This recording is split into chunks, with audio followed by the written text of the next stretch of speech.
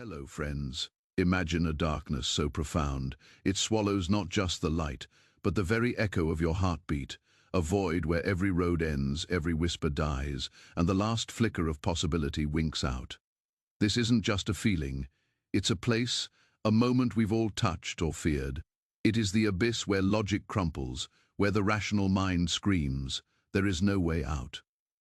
What if the universe, in its infinite, baffling wisdom, has a hidden law that when human hope collapses, divine grace is just clearing its throat, ready to unleash its most impossible, breathtaking act?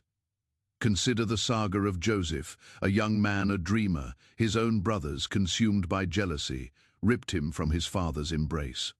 They hurled him into a pit, then sold him into picture the dust. The chains, the alien tongue of traders, the crushing realization that his own flesh and blood had chosen death over brotherhood. Hope, for Joseph, was not merely lost. It was betrayed, bought, and shackled. He was a foreign slave in a foreign land, a forgotten boy in a pharaoh's shadow, but the abyss deepened.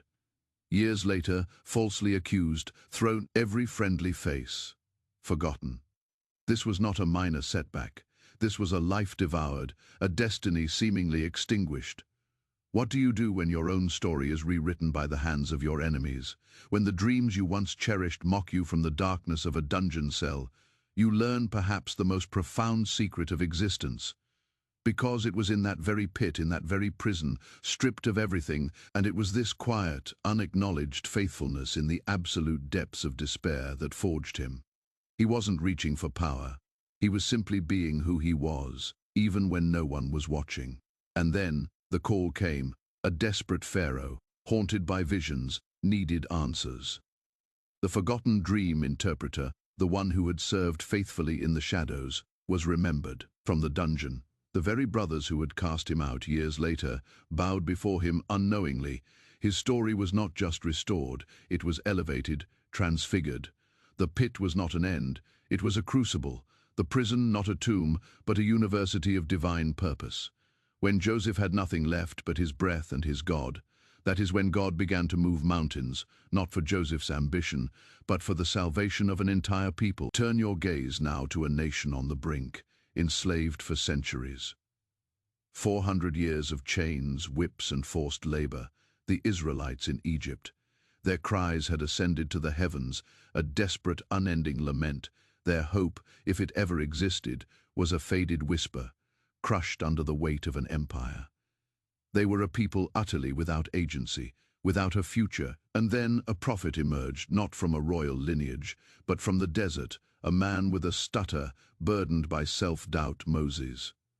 He stood before the most powerful man on earth, declaring liberation, but what followed? Not instant freedom, but escalating terror, plagues. Yes, but also a hardening of hearts, a tightening of the chains, every demand for release, met with fiercer oppression. "You have made us a stench to Pharaoh," they cried to Moses. This wasn't hope's glimmer, this was its final gasp. And then, the night of the Passover, a terrifying, beautiful judgment, and freedom finally erupting in a chaotic exodus. But was this the end of their despair? Number the desert stretched before them, a vast, merciless expanse.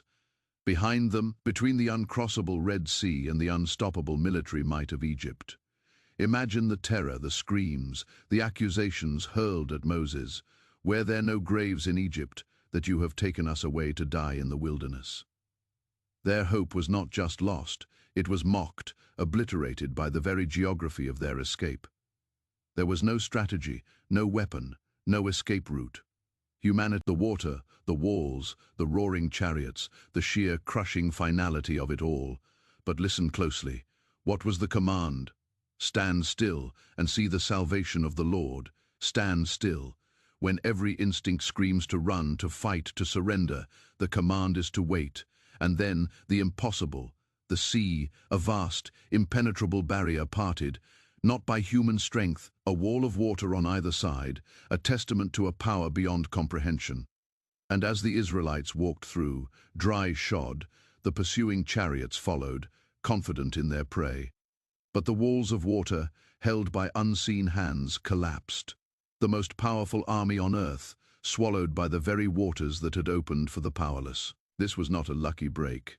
This was divine intervention, a cosmic reordering of reality, a dramatic, breathtaking demonstration that when humanity reaches its utter limit, when all hope is lost, that is the exact moment God steps in, not just to rescue, but to reshape the very laws of existence. The Red Sea didn't just part, it prophesied, it screamed through history, your greatest obstacle is his story is painted with the hues of glory and betrayal, an epic of ascent and descent. As a young shepherd, anointed by a prophet, he faced a giant Goliath with nothing but a sling and 5 smooth stones. The entire army of Israel cowered in fear, paralyzed by the sheer impossibility of the task. They had lost hope, their champion was missing. But David, a boy, understood something profound. He slung the stone and the giant fell. A miracle, yes. But it was the beginning of his trials, not the end later. Hunted by a jealous King Saul, David was driven into the wilderness, a fugitive living in caves, constantly on the run. His own father-in-law, the king, wanted him dead. His allies were outcasts and desperate men. Imagine the nights in the cold, the constant vigilance. The hope must have flickered, dimmed, sometimes vanished entirely. He even had opportunities to kill Saul, to seize his destiny, but he refused, trusting in God's timing. This wasn't weakness, it was an act of profound hope, defying faith. He endured betrayal from his own son, Absalom, who stole the hearts of the people and chased him from his throne. His kingdom, the ultimate abandonment. When the very foundations of your life crumble, when the people you love turn to knives, what remains? What remains is the whisper of grace. In the deepest valleys, David penned psalms that still echo with the raw agony of lost hope. Yet always, always, they returned to the unwavering faithfulness of God. He understood that his strength was not in, and indeed God restored him, not just to his throne, but to a deeper understanding of grace. The very trials that sought to destroy him, refined him. The betrayals that broke his heart, opened it wider. His story teaches us that even when our world collapses around us, when betrayal strikes from the closest quarters and our very identity is challenged, God is crafting a masterpiece out of the now. Let's turn to a prophet bold and fiery, yet also deeply human and prone to despair. Elijah on Mount Carmel, he stood against 450 prophets of Baal and 400 prophets of Asherah, an entire nation swayed by idolatry, a king and queen bent on destroying the worship of the true God. The people were torn, their hearts limping between two opinions. How long would the test was simple, call down fire from heaven. The prophets of Baal cried, danced, cut themselves, from morning until noon, then evening, no answer. Imagine the silence, the mocking laughter of Elijah, the desperation of the Baal worshippers, the profound emptiness of their false hope. It was a spectacle of human futility, a powerful demonstration of lost hope in false gods. Then he repaired the altar of the Lord, drenched it with 12 barrels of water, symbolic of the 12 tribes, ensuring no one could claim trickery. He prayed a simple prayer, "Hear me, O Lord, hear me, that this people may know that you are the Lord God, and that you have turned their hearts back to you again." And fire fell, not a spark, not a flicker, but a consuming inferno that devoured the sacrifice, a clear, undeniable, earth-shattering sign. Hope for the nation was dramatically restored, and the people fell on their faces crying, "The Lord, He is God, the Lord, He is God." This was a climax, a peak of spiritual triumph. But the story doesn't end there. Queen Jezebel, enraged, swore to take Elijah's life. What did this mighty prophet, who had just faced, he fled into the wilderness, sat under a broom tree, and prayed for death. "It is enough now, Lord, take my life, for I am no better than my fathers." The very man who had witnessed unimaginable divine power, now in his deepest personal despair, wanted to die. The emotional and spiritual exhaustion had overwhelmed him. His hope, once so vibrant, was extinguished by the threat of a single woman. An angel brought him food and water, sustaining him for 40 days and nights, leading him to Mount Horeb, the mountain of God there. God didn't come in the earthquake, nor the fire, nor the mighty wind, but in a gentle whisper. He reminded Elijah he was not alone, that there were still thousands who had not bowed to Baal. He gave him new instructions, a new mission, new hope. And in that very emptiness, God met him, not with rebuke, but with sustenance, with presence, with a renewed purpose. When Elijah felt utterly alone, completely spent, and ready to give up, that was when God gently whispered, "I am here." This is grace, not just as a grand display, but as a quiet, personal sustenance in our most profound moments of exhaustion and hopelessness. And what a life of apparent perfection then. In a whirlwind of terror, everything was stripped away. His livestock stolen or destroyed, his servants slaughtered, his children killed in a collapsing house. In a single day, he lost everything. Every pillar of his existence crumbled. His immense wealth gone, his beloved children gone, his health attacked by a horrendous disease, covering him in painful boil. His closest friends, seeing his suffering, sat in silence for 7 days, unable to comprehend the depth of his agony. And when they finally spoke, they accused him, asserting that his suffering must be due to some hidden sin. Imagine the absolute crushing weight of that despair. Not just loss, but incomprehensible, unjust suffering, not just physical pain, but the agony of he was utterly alone, his existence a riddle, his righteousness questioned, his God seemingly silent. He argued with God, he wrestled with the universe, he longed for death. This was a man at the absolute zero point of hope, stripped bare, raw, exposed. Every human explanation failed him, every comforting word turned to ash. There was no light. No, but Job, in his darkest hour, uttered a profound declaration, "Though he slay me, yet will I trust him." This wasn't a blind optimism. It was an audacious, hope-defying act of faith born in the crucible of absolute despair. He held on to the character of God, even when God's actions seemed utterly contradictory. And then God spoke. Not to explain, not to apologize, but to... He didn't answer Job's why, but rather invited Job into the who, the magnificent, incomprehensible who of God himself. And in that encounter, Job was transformed. He saw God, not just with his ears, but with his eyes, in a way he never had before. And then, the restoration double of everything he had lost. A new family. Job's story is the ultimate testament that when your world shatters, when you have nothing left to stand on, when even your faith is stretched to its breaking point, that is precisely when God shows up, not to answer all your questions, but to reveal himself in a way that transcends all understanding, to restore beyond all human expectation. It is when hope is completely gone that grace pours in, overflowing, reshaping your reality. And then, but Jesus delayed. He waited. He waited until Lazarus died.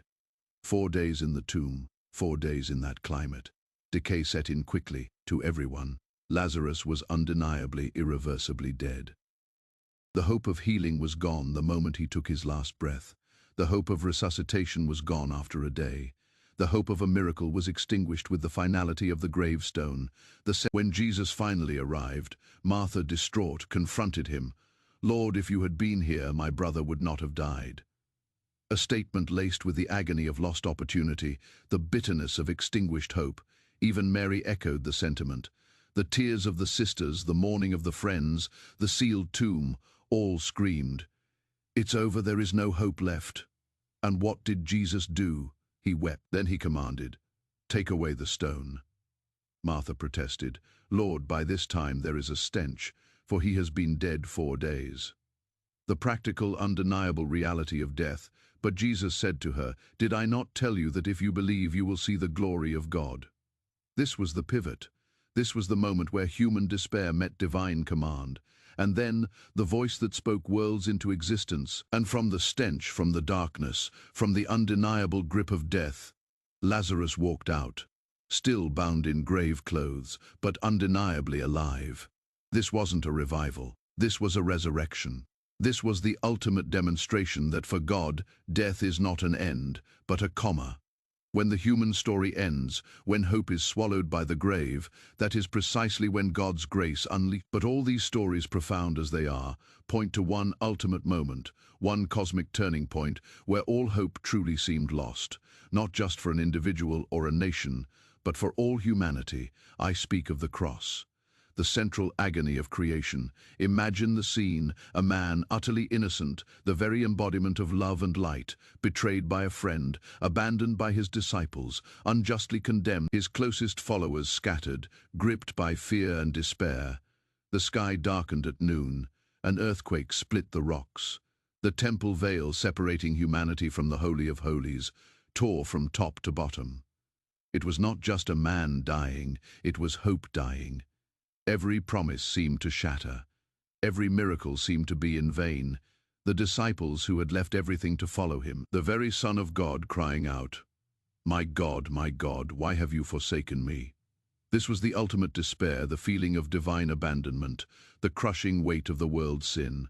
For those who loved him, for humanity, for perhaps even the angels themselves watching from the heavens, it must have seemed like the end of everything, the light of the world extinguished, the Lamb of God slaughtered, the ultimate hope nailed to a tree, dead. The finality of it was absolute.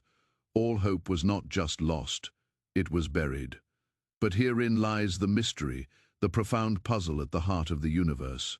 What if that very moment of absolute desolation, that utter defeat, was not the end, but the meticulously orchestrated beginning of something unfathomably grand? What if the cross, in its gruesome finality, was the ultimate? For on the third day, when despair had settled like a shroud over Jerusalem, when the disciples were huddled behind locked doors, consumed by fear and grief, something happened. Not a quiet stirring, not a gentle awakening, but an explosion of life, a cosmic earthquake that shook the foundations of death itself. The stone rolled away not by human hands, but by angelic power. The grave clothes, perfectly folded, a silent testament to an orderly departure, not a panicked escape. And Jesus, not a ghost, but fully alive, his body bearing the marks of his suffering, yet radiating a glory that shattered the darkness of the tomb. This wasn't just a man coming back to life. This was the resurrection of hope itself. This was the definitive declaration that death does not have the fight, that the darkest night always breaks into an eternal dawn. The resurrection is the ultimate, undeniable proof that when all hope is lost, when the enemy thinks he has won, when humanity reaches the absolute end of its tether, that is precisely when God's grace, his limitless, defiant power, truly begins to unfold. Think of it this way: our despair is not a sign of God's absence, but often an invitation for his unique presence. It is in the moments we have nothing left to offer, no strength, no wisdom, no plan, that we become entirely dependent, entirely open to a power beyond ourselves. This isn't about magic. It is about a fundamental truth woven into the fabric of reality. Just as a seed must die to bring forth new life, just as a caterpillar must dissolve in its cocoon to become a butterfly, so too, sometimes, our old hopes, our self-reliance, our limited understanding must die for something far grander, far more divine, to be born. So what does this mean for you, watching this right now? Perhaps you are in that place. Perhaps your world has crumbled, a diagnosis that steals your breath. You've prayed, you've fought, you've struggled, and now you are utterly spent. The silence is deafening, the darkness is absolute, and the voice inside you screams, there is no way out, all hope is lost. But this is precisely the moment to lean in. This is the profound paradox of faith. It is not about fabricating hope when there is none. It is about acknowledging the void and trusting that the God of the universe specializes. Your weakness is the stage for his strength. Your despair is the canvas for his grace.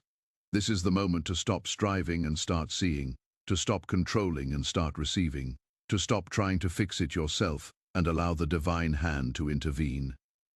If you find yourself in that place, remember Joseph in the pit, Moses at the Red Sea, David fleeing from Saul, Elijah under the broom tree, Job on the every single one of them at their lowest point, when every human avenue was exhausted.